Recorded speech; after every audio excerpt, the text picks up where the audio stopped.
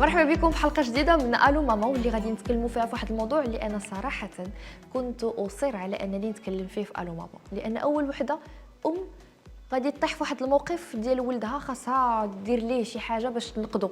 ما عرفت باش نبدا، داكشي علاش اليوم غادي نتكلموا على الاسعافات الاوليه اللي ولا بد الاباء يكونوا عارفينها. ولهذا الغرض معنا بسمه بوري.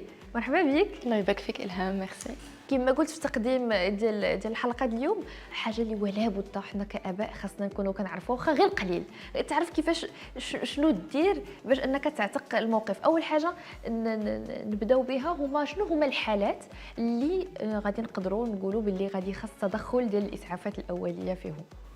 التدخل ديال الاسعافات الاوليه في جميع المواقف اللي كتكون حنايا كنعتبروها انها خطره بالنسبه لهذاك الوليد، اللي هما مثلا يقدر يكون طاح على راسو، يقدر يكون ضربو الضو، يقدر يكون سرت شي حاجه وكما كنقولوا شرقات، دونك دازت في القصبه الهوائيه، ولا غير شرق عادي، غير شرق غير كان كياكل ولا كيشرب الحليب وشرق تو طافي. يقدر يكون تجرح، يقدر يكون تحرق ولا طاحت عليه شي حاجه سخونه واللي تحرق بها. هنايا ملي كنتكلموا على هاد المواقف هادو كاملين بطبيعه الحال يعني رد الفعل ديالنا ما كيكونش هو نفسه، وبعدا اول حاجه كتوقع هو اننا كنخافوا واحد الخوف اللي كيخلينا بعض المرات نخرجوا على السيطره. يمكن في بلاصه اننا نديروا شي حاجه غير داك الهلع اللي كنكونوا فيه كيخلينا ما كنساو كلشي، ما كنبقاو عارفين باش نبداو. شنو النصيحه ديالك للاباء في هذيك الحاله وفي ذاك الموقف بالذات؟ هذيك الخلعه الهام كما قلتي كتقدر تبلوكي الواحد بقى يعرف شنو يدير. الوغ اول خاصيه من الخاصيات اللي خاص تكون عند هذاك الانسان اللي غادي يعطي هذه الاسعافات الاوليه هو انه خاصو يكون كالم وخاصو يكون مثبت. هذه هي الخاصيه الاولى. الخاصيه الثانيه خاصو يكون رياكتيف، يعني في البلاصه وقعت شي حاجه خاصو يتفاعل معها وغابيدمون يدير اون رياكسيون بسرعه، اللي هي هاد لا رياكسيون هذه اللي هي خاصها تكون يخرج هذاك الوليد من هذاك الموقف ديال الخطر اللي كاين فيه. هنا كنهضروا الا كان مثلا تحرق او لا ضربوا الضوء او لا طاح، يعني يبدل هذيك لا سيتوياسيون اللي فيها البيبي ديالو. فوالا الوليد كيكون في خطر خاصو يحيدو من الخطر. شنو هي الحاجه الاخرى اللي هي مهمه؟ الحاجه الاخرى اللي مهمه هو انه خاصو يكون كيعرف لي نيميرو التليفون اللي خاصو يعيط لهم بالنسبه للاسعافات. شنو هما الارقام اللي خاصنا نكونوا حافظينهم؟ الارقام اللي خاصهم يكونوا معروفين هما ديال لامبولانس ولا ديال لي سابور بومبي اللي هي 15 ديال لامبولانس، 15 و150. 15 150 هو الرقم ديال لامبولانس سيارات الاسعاف لي سابور بومبي بجوج، وديال الوقايه المدنيه اكزاكت. هاد 15 150 نحفظوهم لانهم جوج الارقام اللي مهمه بزاف. كاين واحد الرقم اخر اللي خاصهم يعرفوه الاباء هو ديال المركز المراقبه ديال السموم، لو سونتر انتي بوازون. في حاله ما اذا شي واحد خدا شي دواء، خدا شي المرات الوليدات بزاف يكونوا كيلعبوا في شي حوايج ما خاصهمش يلعبوا بهم، نسمعوها شرب جافيل، شرب مثلا شي ماده من المواد ديال التنظيف يقدر يشربها. هنا حتى هي خصنا نعرفوا الرقم ديال انتي بوازون، مركز مراقبه السموم. شنو الرقم ديالو؟ يقدر يكون بحال دابا عضو ان سكوربيون، عضو حنش، عضو كلب في الزنقه، ما كنعرفوش لو ستاتيو ديالو واش فاكسيني ولا لا. في هذه الحالات كامله خاصو يكون كيعرف الرقم ديال لو سونتر اللي هو الرقم هو 080 1180. حنا غادي نخليه لكم مكتوب هكذا، يعني ولا بد من نقيدوا عندنا هاد الارقام هادو كاملين. ودابا كنقترح عليكم اننا نتعلموا مع بسمه بوري بعض الاسعافات الاوليه اللي نقدروا نديروها لوليداتنا. ودابا بسمه جبنا لك بيبي صغيور، شنو نسميوه بيبي عثمان، اللي غادي تورينا به الاسعافات الاوليه اللي غادي خصنا نكونوا عارفينها. كيف ما سبق وذكرنا، اول حاجه الحاله اللي خاص يكونوا فيها الاباء ولا الشخص البالغ اللي كيتواجد مع الطفل، ياك رزين يشد في راسو يشوف شنو واقع باش يعرف على انه يتعامل. فوالا دونك انا هي الشخص اللي غادي يقوم بالاسعاف ديال هذا بيبي عثمان، وانت هي الانسانه اللي غادي نعيط لك باش تعاونيني في الاسعاف ديالو.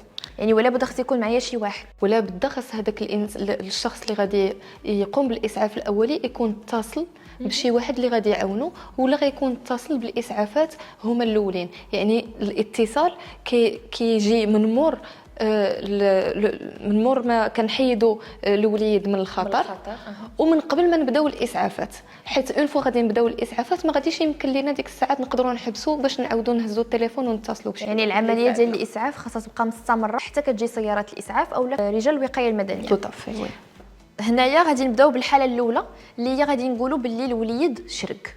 الوغ شرك فيها بزاف ديال الحالات، يا اما غادي يكون شرك سوائل، يا اما غادي يكون شرك شي حاجات اللي هي صلبه، سواء الماكله ولا ان اوبجي شي رقيقه. غالبا الدراري كيبيعوا الفلوس. وي مثلا.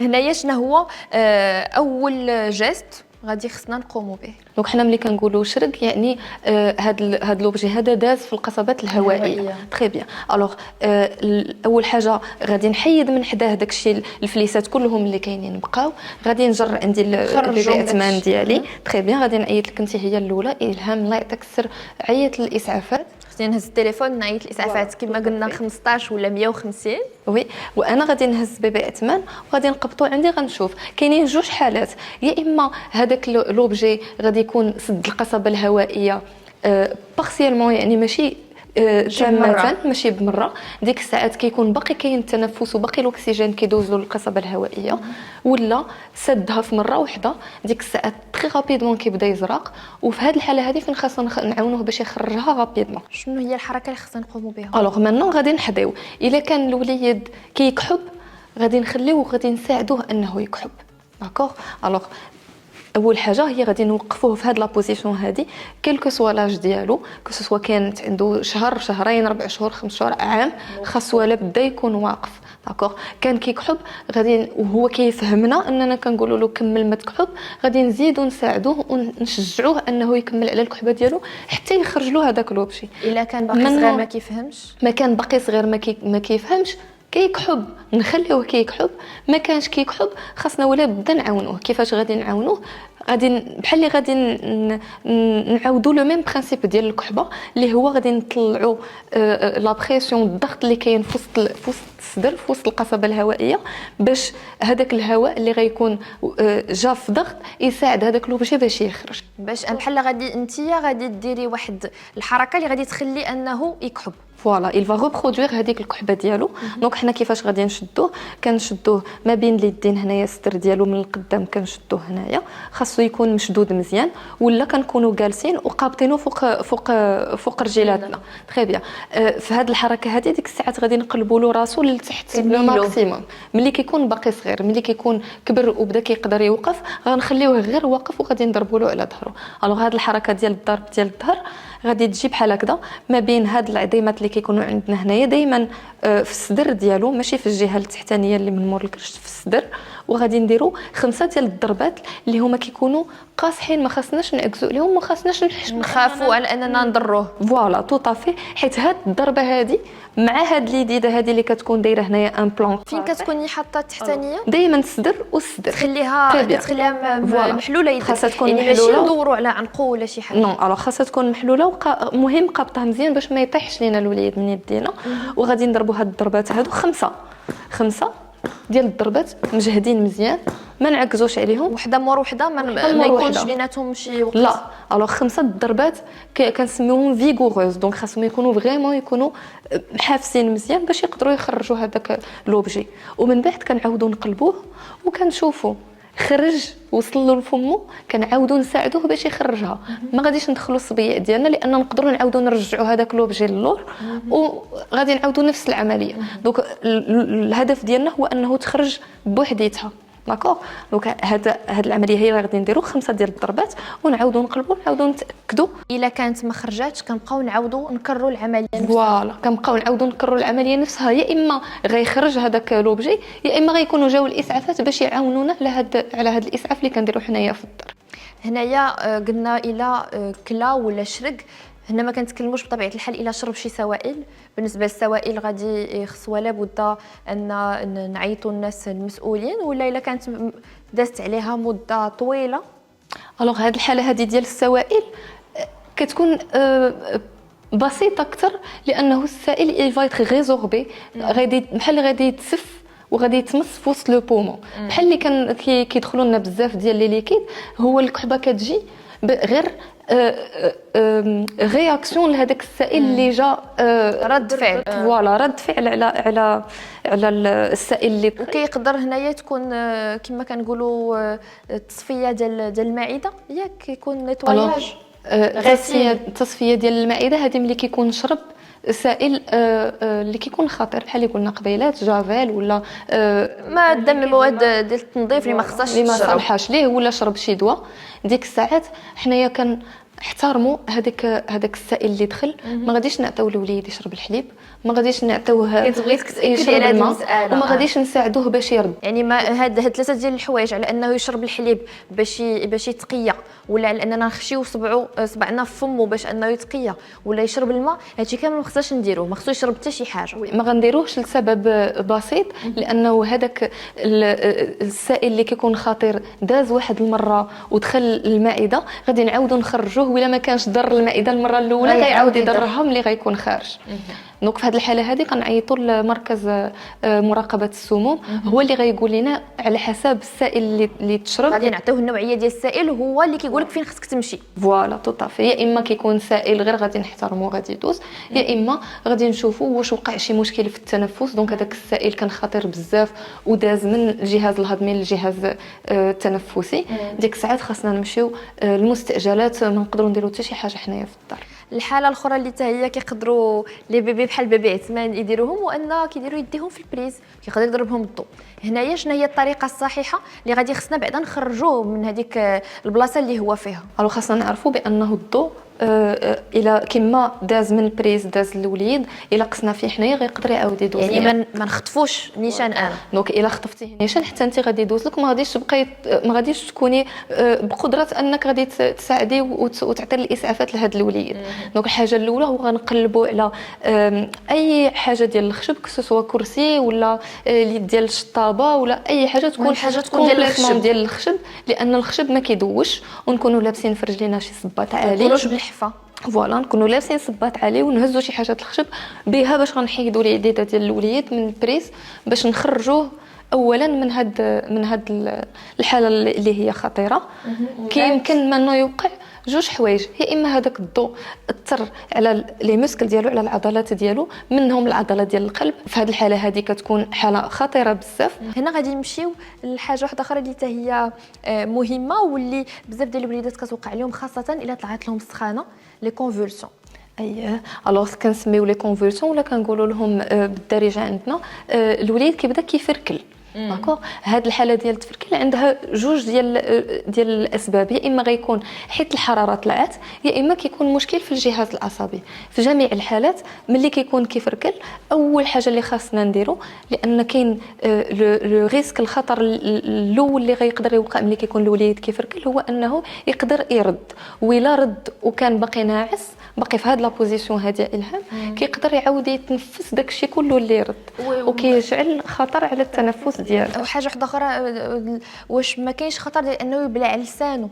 وي الوغ لا، ما غاديش يبلع لسانه، ولكن هذاك اللسان غيطرخى وغيسد ليه على القصبه الهوائيه ديالو، دونك كيرجع اللور. سي بوغ سا حنا ملي كيكون الوليد طالعه له السخانه، اولا خاصنا لو بروميير ريفلكس خاص يكون عندنا هو انه خاصنا نهبطوا هذه الحراره هذه. هادشي علاش كنخافوا حنايا من الحراره تطلع، لان كتقدر تسبب في هذه الحاله ديال التفركيل. شنو هو الحركه الاولى خصنا نديرو؟ فوالا اون فوا الحفظ وصلت لهذه الحاله هذه، خاصنا نقبطوا الوليد ونحطوه على جنبه، الجنب اليمين ولا اليسار؟ الجنب اليمين ولا اليسار ما كاينش مشكل، بحال المهم هو انه يكون على جنبه، ويكون الراس ديالو ماشي غادي لجهه الكريشه، يكون طالع واحد شويه الفوق، باش هذاك اللسان حتى هو ما يبقاش طايح على القصبه الهوائيه، يقدر يتنفس كوريكتومون، وحتى الى ردا كله غادي يخرج اكوتي، ما غيعاودش يرجع ليه هو. هذا هو ديال الحركه الوحيده اللي نقدروا. وي الوغ هذه هي لا بوزيسيون لاتيرال دو سيكوريتي، وكنتسناوها حتى كتفوتوا. عاد ديك الساعات كنقدروا نشوفوا الوليد واش رجع كيتفاعل معنا ولا بقى في حاله غيبوبه طويله اللي هي ديك الساعات كتحكم علينا وكتعاون هذوك الناس اللي غيجيو يديروا الاسعافات باش يعرفوا شنو الدويات اللي غيقدروا يعطيوه وشنو رده فعل ديالهم اللي غتكون مع هاد حاجه واحده اخرى هي كطرا في هذه الحاله واللي كتخلع الاباء بزاف هي الكشكوشه. حنا ملي كنشوفوا شي حد خرج له الكشكوشه من فمو كنقولوا صافي هذه هي الاخرى غادي توقع له شي حاجه لا قدر الله خايبه. الكشكوشه شنو كتعني في مثل هذه الحالات؟ واش هي بطبيعه الحال دائما غادي نفكروا في حاجه الخايبه ولا هي كتكون عاديه في هذه المرحله؟ في هذه الحاله ديال التفركيل كتوقع كتقدر يقلب عينيه، تقدر تخرج كشكوشه، يقدر ما كيبقاش كيتحكم في بيبي ديالو دونك يقدر يدير بيبي في حوايجو. ما كتعنيش انهم كاينه شي خطوره اكثر من لو ما كانوش هاد الاعراض هادو. كما قلتي باش نعاودوا نذكروا على ان هاد الحاله هذه تقدر تكون ناتجه على جوج الحاجات، يا اما ارتفاع في درجه الحراره السخانه او لا عنده علاقه بالجهاز العصبي. هنا كنتكلموا يمكن اكثر على ليبيليبسي يعني مرض الصرع. هما جوج حالات مختلفين ولكن حنا الاهم من هادشي كامل ان نبينوا الاسعافات الاوليه اللي نقدروا نديروهم في الدار. انا اكيد هذه الحلقه هذه غادي يكون عندكم فيها مازال مجموعه ديال التساؤلات وكنوعدكم على اننا غادي نزيدوا نتفرعوا فيها اكثر وكنضرب لكم موعد في حلقه جديده من الو ماما.